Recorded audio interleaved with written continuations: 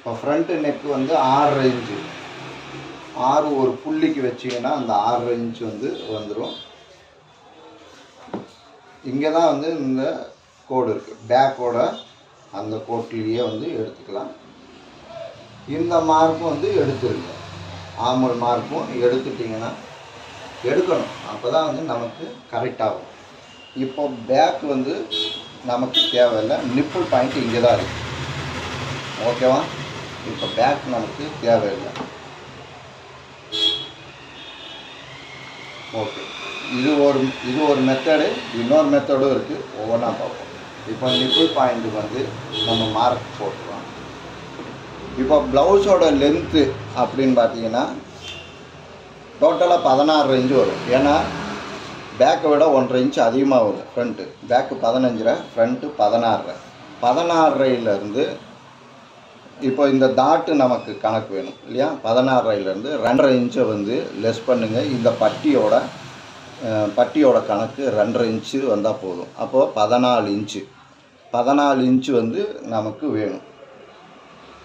11.75, 14 inch, 14 inch. இங்கே 2.75 dot வருது. கையத்தும்புக்கு ஒரு 1/2 இன்ச்சு. ஓகேங்களா? அப்போது இந்த டாட்டோட லென்த் எவ்வளோ ஆச்சு? டோட்டலாக 3.25 இன்ச்சுக்கு வருது. இப்போது ஃப்ரண்ட்டு வந்து எவ்வளவு அப்படின்னா 10 இன்ச்சு இல்லை, 40 பாடி 10 இன்ச்சு. 10 இன்ச்சுக்கு கரெக்டாக இருக்குது. ஓகே, 10 இன்ச்சுக்கு கரெக்டாக இருக்குது. இப்போ நம்ம இந்த இங்கே ஒரு ஆமல் டாட் பிடிப்போம்ல, அந்த ஆமல் டாட்டுக்கு 3/4 இன்ச்சு அங்கே கண்டிப்பாக விடணும். சரி,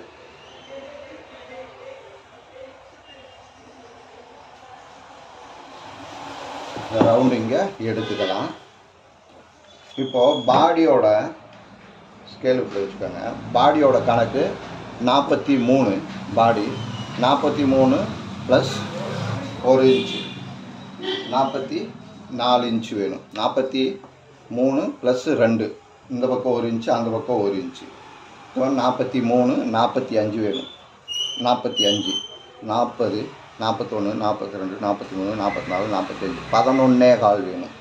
11.25 வேணும். நமக்கு பேக்கு எவ்வளோ இருக்குது? 9.25 இருக்குது. 9.25 இருக்குது. இப்போ 11.25 வேணும் அப்படின்னா 1.25 இன்ச்சு எக்ஸ்ட்ரா வேணும். 1.25 inch extra plus 11 inch.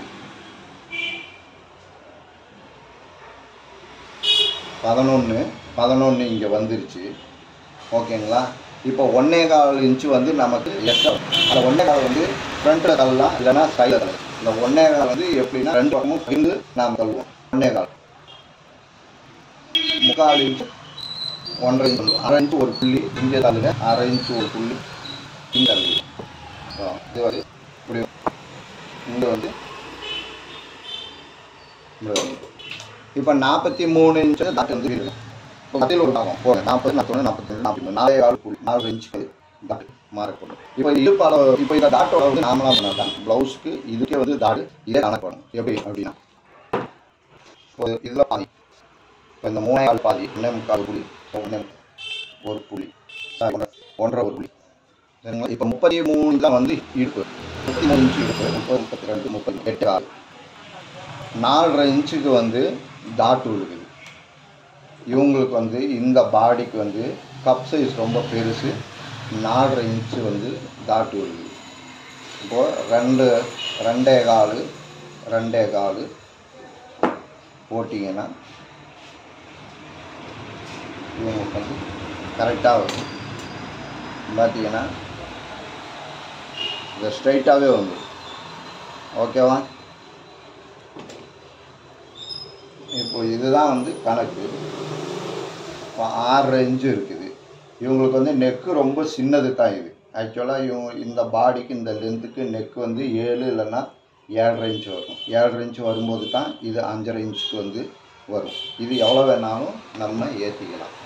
So இதே 3.25 இன்ச்சு இங்கே போடுங்க, இங்கேயும் 3.25 போடுங்க. இப்போ பேக்கு எவ்வளோ தூரம் இருக்குது அப்படின்னா பேக் இவ்வளோ தூரத்துக்கு இருக்குது. நம்ம வந்து இதை இது எவ்வளோ வேணாலும் ஏற்றிக்கலாம். ஓகேவா?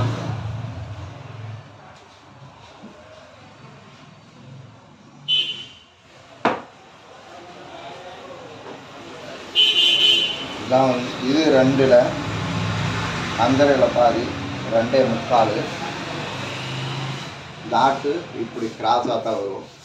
இங்கேருந்து 2 இன்ச்சு டிஃப்ரென்ஸில் எல்லாமே டாட்டுக்கு மார்க் போடுங்க. 2 இன்ச்சு டிஃப்ரெண்ட்டில் போடுங்க. இது வந்து 1/4 இன்ச்சு எடுத்தீங்கன்னா போதும். இப்போ நாம் அளந்து பார்த்துடலாம். 43 + 1 இன்ச்சு இல்லையா? அப்போ நம்ம கரெக்டாக வெட்டியிருப்போம்.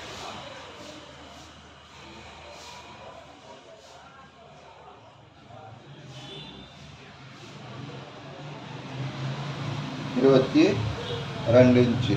அப்போ 1 இன்ச்சு 1.5 இன்ச்சு இருக்குது. ஓகே, இப்போ இதுவும் வெட்டிடலாம். இப்போ இந்த கப் சைஸு கரெக்டாக உங்களுக்கு வரணும் அப்படின்னா இந்த டாட்டு தான் மெயின்.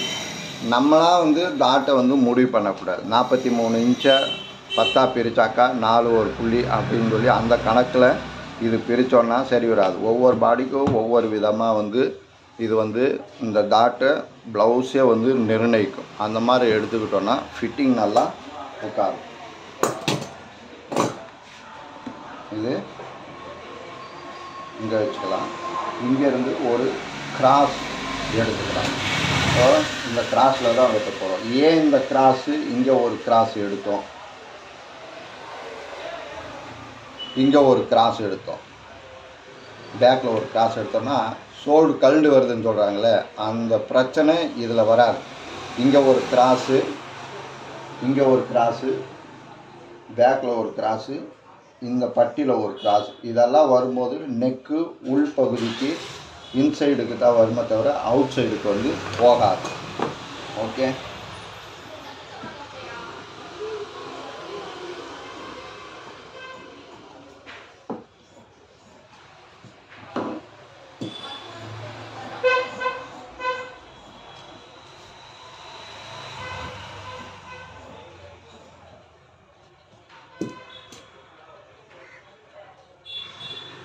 இதை வச்சிங்கன்னா கரெக்டாக வந்துடும்.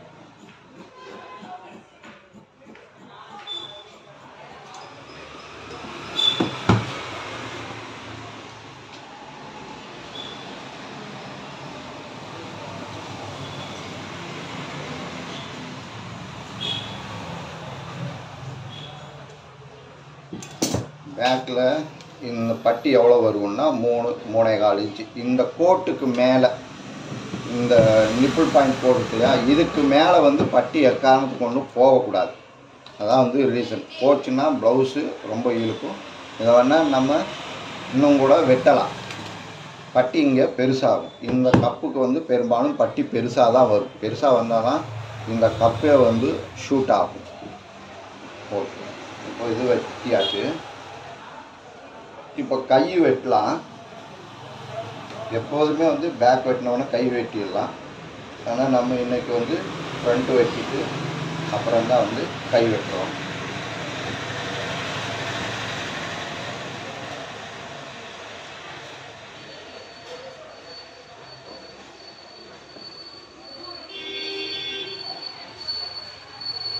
இப்போ கையோட மார்க் எடுத்துக்கலாம். கையோட அளவு பார்த்தீங்கன்னா 6.5 இன்ச்சு கை லென்த்து, 6.5 இன்ச்சுனா 7.5 இன்ச்சு, 1 இன்ச்சு சேர்த்துக்கலாம்.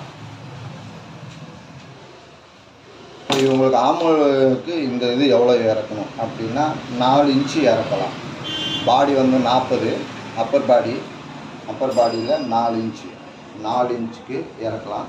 இது கரெக்டாக இருக்குமா இல்லையான்றதை இப்போ நம்ம செக் பண்ணலாம். இந்த 4 இன்ச்சு வந்து அப்ராக்சிமெண்ட் கணக்கு தான். ஒவ்வொருத்தருக்கு 4.25 தாண்டும், இல்லைன்னா ஒவ்வொருத்தருக்கும் 3 வரும், 3.5 வரும். ஏன்னா பெரிய பாடி ஒரு கரெக்டான ஒரு சைஸில் நிர்ணயிக்க முடியாது. கை லூஸ் வந்து 13. இங்கே 13 கீழே வந்தால் இங்கே வந்து 6.5 இங்கே வச்சோன்னா இங்கே வந்து 7.5 வச்சா தான் கரெக்ட் ஆகும். அப்படின்னா அப்போது இது வந்து 8.5 இருக்கணும் இல்லையா? இது வந்து 8.5 இருக்கணும். 8.5 இருக்குது, நமக்கும் 8.5 வரணும். அப்போது இந்த அளவு கரெக்டாக இருக்குது. இப்போ பேக் வச்சு பார்த்தோன்னா தெரிஞ்சு போயிடும் ஆமோல் கரெக்டாக இருக்கா இல்லையான்னு. ஸோ கொஞ்சம் பாடியை இழுத்து சேர்த்துனோன்னா கரெக்டாக இருக்கும். இழுக்காமல் வச்சோன்னா ஒரு 1/4 இன்ச்சு முன்னாடி வரும். தைக்கும்போது எப்படியும் கொஞ்சம் பெருசாகும், லைனிங் எல்லாம் பதிக்கும்போது பெருசாகும். அப்போ கரெக்டாக இருக்குது. நான்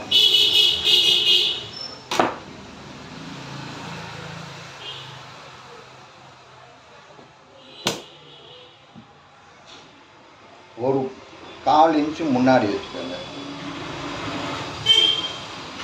ஓகே, இதுதான் வந்து பேக்கு. இப்போ ஃப்ரண்ட்டை வந்து வெட்டப்போம்.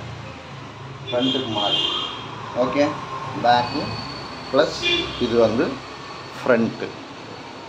ஓகேவா? கை வந்து உங்களுக்கு தலைகளாக தான் தெரியும், ஏன்னா நான் இந்த பகுதியில் இருக்கிறேன். இது கீழே தேவையில்லை, நம்ம வந்து எக்ஸ்ட்ரா 1/2 இன்ச்சு விட்டு தான் வெட்டியிருக்கோம்.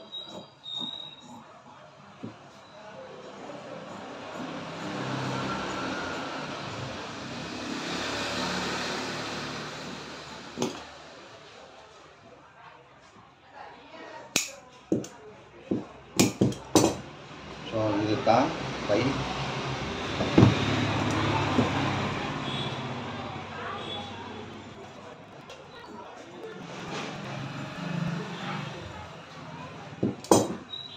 ஓகே,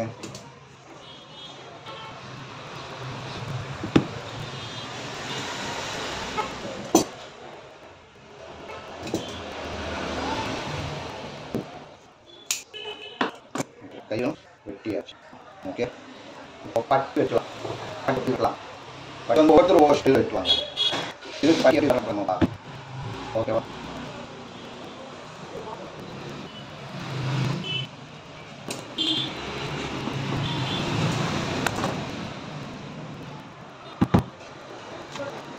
மூணு 3.5 இன்ச் வந்து பேக் தேவைப்படுது.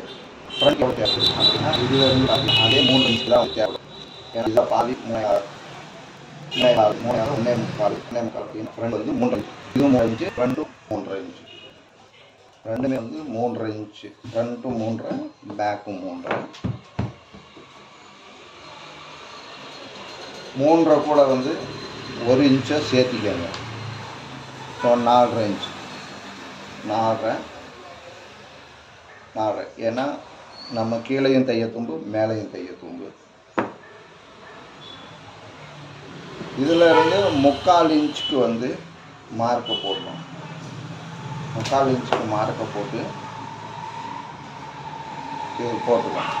போட்டுட்டு இப்போ இடுப்பு 33 இல்லையா, 8.25 தைய தும்புக்கு 1/2 இன்ச்சு, 8.25 8.25.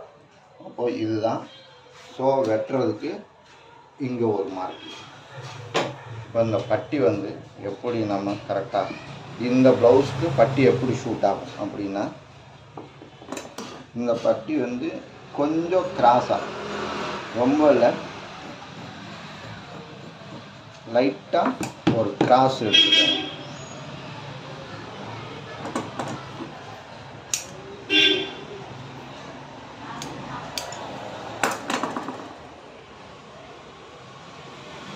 இதை இப்படி வச்சுட்டு லைட்டாக இந்த கிராஸு, ஏன் இந்த கிராஸ் இப்படி நம்ம கிராஸ் வைக்கிறோம்? இப்போ இந்த கிராஸ் தெரியுதா? ஸ்ட்ரைட்டாக இல்லாமல் கிராஸாக தான் இருக்கும். பார்த்தீங்களா? ஸ்ட்ரைட்டாக இல்லாமல் கிராஸாக தான் இருக்கும். இங்கே தையல், இங்கே தாட்டு, இதெல்லாம் முடிக்கும் போது இது ஸ்ட்ரைட்டாக வந்துடும். அதனால் இப்படி வைக்கிறோம். இப்படி வச்சுட்டு இப்போ இந்த ரவுண்டு வந்து இங்கே தான் வருது. இந்த ரவுண்டு இங்கே, எண்டு இங்கே வருது.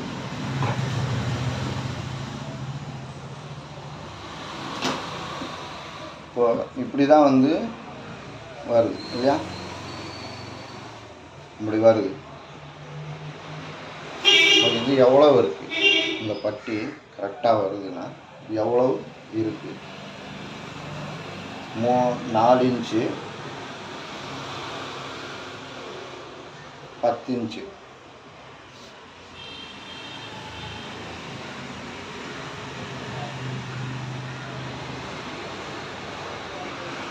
இந்த இடத்துக்கு வந்து இது வருது. இந்த கப்புக்கு வந்து இறக்கியே நம்ம வந்து மார்க் போடலாம். நல்லா இறக்கி போடலாம், எந்த வித தப்பும் வராது. ஏன்னா இவங்களுக்கு கப்பு பெருசாக இருக்கனால நம்ம வந்து இதை இறக்கியே போடலாம். இப்படி நல்லா இறக்கலாம்.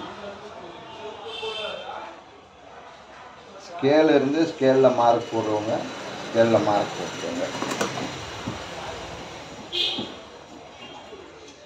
நம்ம பெரும்பாலும் ஸ்கேல் யூஸ் பண்ணுறோம். பெரும்பாலும் வந்து ஆமோவுக்கும் ஸ்ட்ரெயிட் மட்டும் தான் வந்து ஸ்கேல் யூஸ் பண்ணுறோம். ஓகே,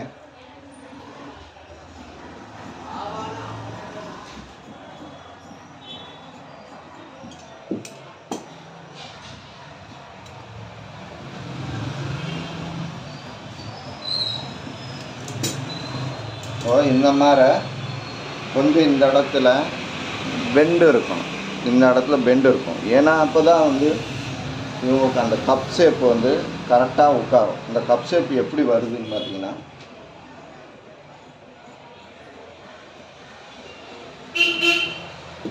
இப்போ தெரியும் உங்களுக்கு இந்த கப் ஷேப்பு எந்த மாதிரி வருது அப்படின்னு. இப்போ ரவுண்டாக தான் வந்து கப் ஷேப் வரும்.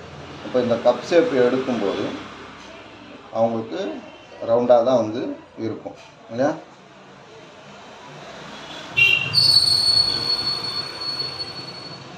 இந்த மாதிரி ரவுண்டாக தான் வந்து கப் ஷேப் வருது. அப்போ இந்த கப் ஷேப்புக்கு கரெக்டாக வரும். உங்களுக்கு தெரியுதா? இந்த கப் ஷேப்புக்கு தகுந்த மாதிரி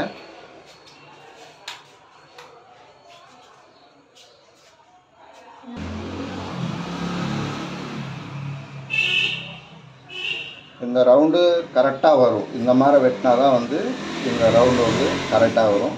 இது இங்கே ஜாயின் பண்ணோன்னா கரெக்டாக வந்துடும். ஓகேங்களா? இங்கே சொல்லி